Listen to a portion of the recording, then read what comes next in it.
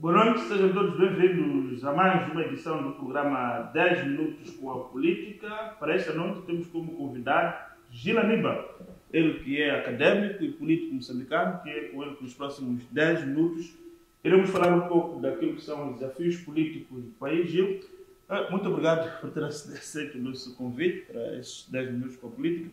A primeira questão que eu queria lhe colocar é que, tendo em conta que o chefe de Estado, Filipe Jacinto Nunes, esteve semana finda no Parlamento a fazer aquilo que é apresentar o seu informe, praticamente um balanço dos últimos 10 anos, com que impressão ficou com o informe do chefe de Estado?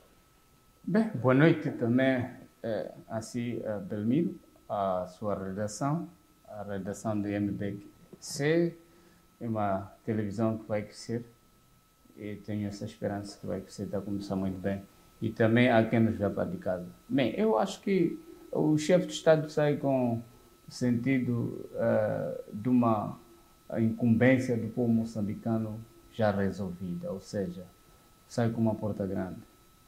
Sai com uma porta grande num contexto em que conseguiu, dentro dos grandes desafios que o país teve, conseguiu equilibrar o país e devolver a um caminho de prosperidade.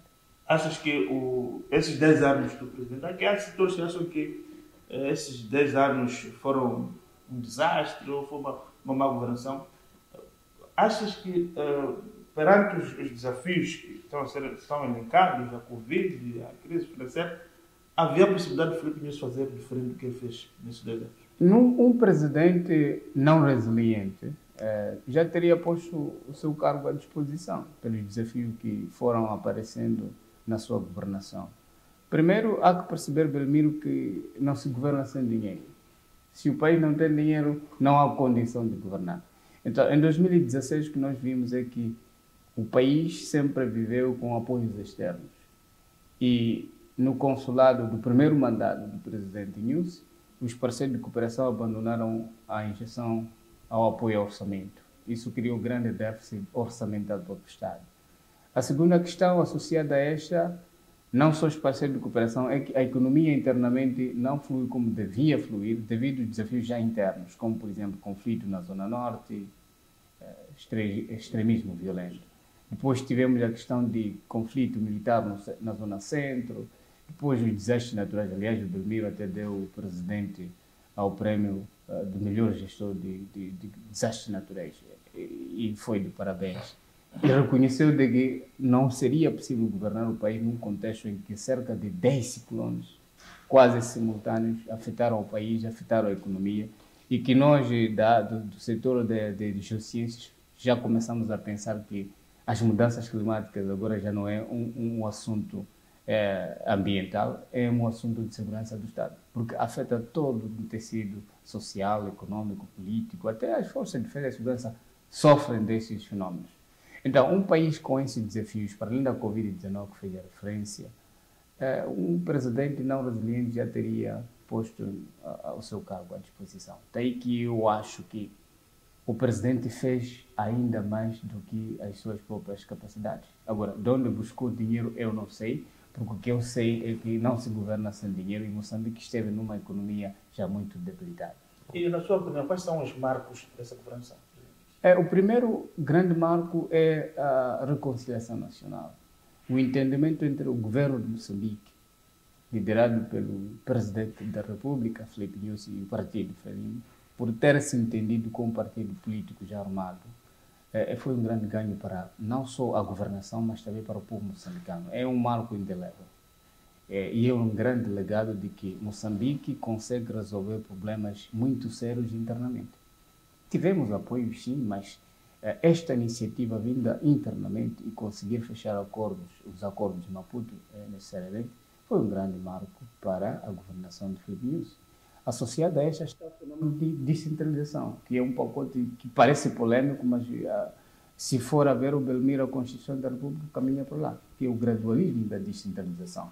Hoje nós conseguimos a descentralização administrativa, política, mas no futuro podemos já continuar a discutir este modelo de descentralização com um acréscimo de descentralização fiscal, porque reclama-se, por exemplo, que há províncias ricas em recursos naturais, mas que não tiram o proveito que deviam.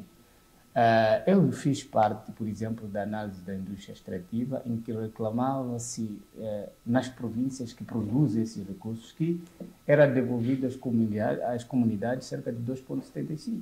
Então, numa comissão criada pelo Ministério da Economia e Finanças, o Ministério dos Recursos Minerais e mais outras, fizemos um bom trabalho. O resultado que produzimos foi de que havia necessidade de um acréscimo.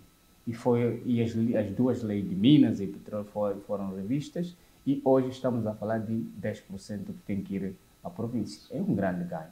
Então, é este grande ganho que nós podemos começar a pensar entre incrementar mais nesta visão do governo ou requalificar o quadro jurídico todo ele da indústria e também rever a questão da responsabilidade social corporativa das empresas. E qual é a sua opinião com relação a essa questão? Um dos grandes dossiês, sem dúvida, tem que ver com a questão do terrorismo. E temos a questão aqui das tropas do Ruanda. Há uma relação muito pessoal entre o presidente Nyusi e o presidente do Ruanda. Qual é a sua opinião com a saída do presidente Nyusi? Esse dossiê não pode transformar-se num problema, ao invés de ser uma solução, como parece ser neste momento, do ponto de vista de garantir que o Estado continua a ter controle daquelas áreas que, sem as tropas ruandesas, eventualmente estariam tomadas pelos terroristas. Eu penso que em relação à relação entre os dois chefes de Estado, isso não é um problema, porque não são os dois chefes de Estado que têm acordos. Quem tem acordo é a República de Ruanda e a República de Moçambique. Está escrito. Então, o que está escrito como relações governamentais, então, é materializar quaisquer governo que vier esses instrumentos. O que quer dizer, os acordos continuam naturalmente e continuam. Nós tivemos casos, por exemplo, em Moçambique, de situações, por exemplo, estamos a falar, por exemplo, do caso das chamadas dívidas não declaradas, dos projetos chamados de proteção costeira, que não foram continuados por esse governo. Não corremos também esse risco agora? Eu penso que não. A situação das dívidas não declaradas não tinha sustentabilidade para continuar, pelo crime que tinha sido já criado na própria concepção dos empréstimos. Ou seja, quando alguém vai ao banco pedir emprestado dinheiro, é claro que este banco tem que transferir o valor à conta de quem solicitou. Mas se for a ver, Belmiro, as dívidas ocultas o dinheiro saiu dos bancos estrangeiros para uma empresa também estrangeira com justificações não muito claras em termos de legalidade. E Moçambique não se beneficiou desse dinheiro. Ou seja, não entrou em Moçambique dinheiro no qual foi, em termos de avais, solicitado para financiar as três empresas. Então, tecnicamente, não tinha sustentabilidade. Daí que eu penso que o governo de Filipe Nyusi, logo que entrou, percebeu que este não era o caminho pelo qual Moçambique, como Estado, devia continuar a trilhar nesse caminho de financiamento para esses projetos. Aliás, nós temos argumentado que o calote das dívidas ocultas foi uma engenharia dos assassinos econômicos. É por isso que o Jim Bustano foi libado nos Estados Unidos, mas o Manuel Jango foi condenado. Porque os assassinos econômicos tendem a capturar o Estado ou pela via das lideranças ou pela via das instituições ou projetos. Então, isto Moçambique conseguiu resolver e hoje tribunais de Londres conseguem dar razão a um país tão pobre. E essa tentativa de associar o presidente Nyusi a esta situação? É uma narrativa pública, popular e populista, porque o chefe de Estado esteve no governo que contraiu as dívidas. Feliz ou infelizmente, o seu nome vai ser citado, porque fazia parte do governo. Agora, em termos de cometimento de crimes por fazer parte, isso já é um outro debate. Até hoje os tribunais não conseguem provar. Outra questão também, outra questão que marca o mandato do presidente Nyusi é a questão da Sul. E Gila Neba chegou a trazer aqui uma teoria de que aquilo era obra da Renamo, da oposição. Continua com certeza. A nova implementação da Sul é obra da Renamo. O termo Renamo é um sentido pejorativo e político, mas o que eu quis dizer é que dentro da administração pública existem os opositores de certas políticas da administração. Então, associo todo esse grupo a um contexto da oposição. E a Renamo aparece como bandeira de oposição em Moçambique. Então, o que quero dizer é que isso é uma política necessária de reformas na administração pública sobre questões de remuneração. Era necessário o país construir uma lei política salarial única, que é a tabela salarial única, e ir ajustando em função dos setores. Isso o governo de Moçambique conseguiu e conseguiu muito bem. Agora, em termos de operacionalização, é aí onde entraram os opositores. Porque alguns, eu estava só a ler aqui o guião que o Ministério da Economia e Finanças partilhou para algumas entidades, é que havia uma expectativa de que quem ganhava mais com a implementação de TU poderia ganhar mais. Mas a questão que o chefe de Estado tinha em mente era de correção das discrepâncias. Por exemplo, a agricultura era o setor que menos pagava os funcionários. Meu pai foi agrônomo, era o mais penalizado do que um professor. Mas a agricultura é a base de desenvolvimento deste país. Então, a tabela salarial única veio para corrigir essas discrepâncias. E quem ganhava muito menos tinha que caminhar para um nível aceitável do grau acadêmico, ano de serviço, na função pública, etc. Agora, aquele que estava bem com a correção, até alguns permaneceram nos valores que já vinham ganhando na antiga política salarial. Então, este grupo provavelmente é que não estava muito assim expectante sobre a implementação da tabela salarial única. Então, essa é a questão dele, não. Gil, a outra questão que eu coloquei Gil agora prepara-se para ser um político ativo, consta das listas do partido Frelimo às eleições legislativas. O que lhe move para aceitar esse convite? Ou olhamos para esse convite para a Assembleia da República como uma espécie de uma plataforma de defesa, como são sempre vistos como as pessoas que defenderam este mandato do presidente Inhosso? É mais para servir ou servir-se da Assembleia? O que é a Constituição da República, no artigo 46, define que todo cidadão tem que defender o Estado. E eu já venho defendendo o Estado desde 2004, o que não sabia. A política comecei em 2004. Na RENAM ou na FRELIMO? Quem diz que comecei na RENAM? Não, o JM sempre foi da FRELIMO. Então, 2004, FRELIMO, o JM, 2006 adquiro o meu cartão de membro da FRELIMO, 2007 entro na universidade em Maputo e a minha vida política ativa ficou um pouco desativada porque tinha que atender a questões acadêmicas. Já quando termino a faculdade, já entro na vida política ativa na 15ª volta como professor, em 2009 até 2012. Depois, em 2014, fui estudar fora. Quando volto em 2020 e quase 21, já entro na vida política ativa, como esta que está sendo vista.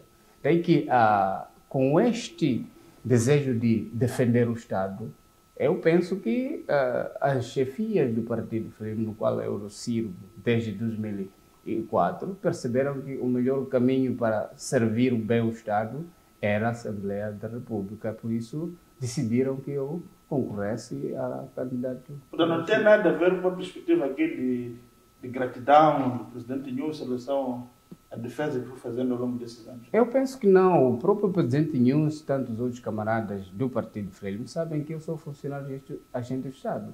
E eu sou funcionário do Instituto Nacional de Petróleo. E te digo uma coisa, nós estamos muito mal em termos de remuneração. Até podemos, antes da introdução da tabela salarial única, éramos os mais bem pagos do que um parlamentar. Então, não é um problema de gratificação, é uma questão de as chefias perceberem que o melhor espaço para Aníbal servir o partido é o Parlamento. Então, eu penso que não se pode associar gratificação pelo trabalho. Os partidários da Frelimo, o primeiro dever que têm é defender o partido, as chefias do partido, de oposições e outras opiniões públicas que desabonam a esta agremiação. Daí que afasto toda a possibilidade de se associar a uma premiação. Premiação seria, como quem diz, vai ao Parlamento para receber bem. Mas não, agora eu recebo bem. Se calhar uma última questão, ainda falando dessa questão, uma última questão, professor, no programa. Esta semana passada, surgiu na comunicação social uma alegada desavença, perseguição, porque falava aqui da sua instituição. A sua instituição não tem visto com bons olhos esse teu ativismo político.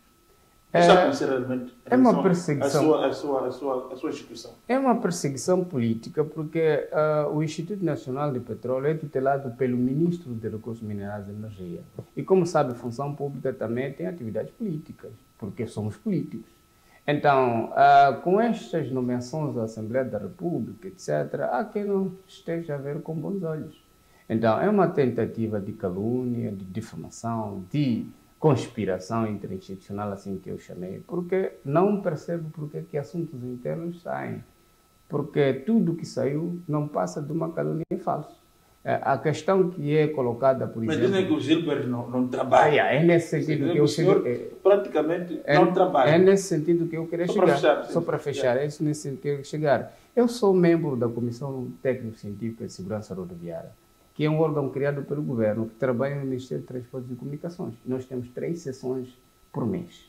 Então, o mês de março, na tabela que consta no jornal, foi o mês em que o ministro Magala orientou-me a fazer 3 atividades em 3 comissões. Então, tinha que sim atrasar, porque tinha que fazer atividades e produzir sínteses exatas, etc., para preparar os membros a irem ao encontro do ministro. Então, não havia como não atrasar. Agora, o INP tem que sim provar que abril, maio, junho, julho, continua a atrasar, porque essa tarefa que havia sido incumbida em março, já terminei. Então, a minha tabela de assiduidade e pontualidade é 100%. Então, daí que eu associo a esta como uma calúnia, porque eu, quando volto ao INP, não é, justifiquei as chefias porque que eu atrasei e já tenho um despacho, não é, deles que, não é, provam que eu estava a fazer uma tarefa. E não percebo porque que a tabela, que é o resultado biométrico, sai alegando que não trabalho. Então, é aí que eu acho que é perseguição política. Mas quem de quem é a perseguição? Da administradora, do diretor? Temos uma chefia que tem apetites políticos, não é? Provavelmente seja este núcleo que tenta fazer. Tivemos alguns confrontos políticos no partido, porque estávamos a concorrer à vaga de primeiro secretário ao nível das nossas células, etc. Então, este dossiê saiu do partido político para a instituição pública. Então, é como quem diz, estamos a tentar transformar um problema individual, pessoal, para a institucionalização, o que não procede. Okay. Muito obrigado, Gila Niba, por essa presença aqui no nosso programa 10 Minutos para a Política. Fica aqui também o convite para o próximo programa, já no outro espaço, que é a eleição de 2024. Acho que teremos mais espaço aqui para falar um pouco mais do seu percurso político, também das suas ideias, que pretende apresentá-las no Parlamento. E assim, caro internauta que nos assistiu ao longo deste programa, muito obrigado pela sua audiência. Nós voltamos na próxima quinta-feira com mais 10 Minutos com a Política. Boa noite e até a próxima.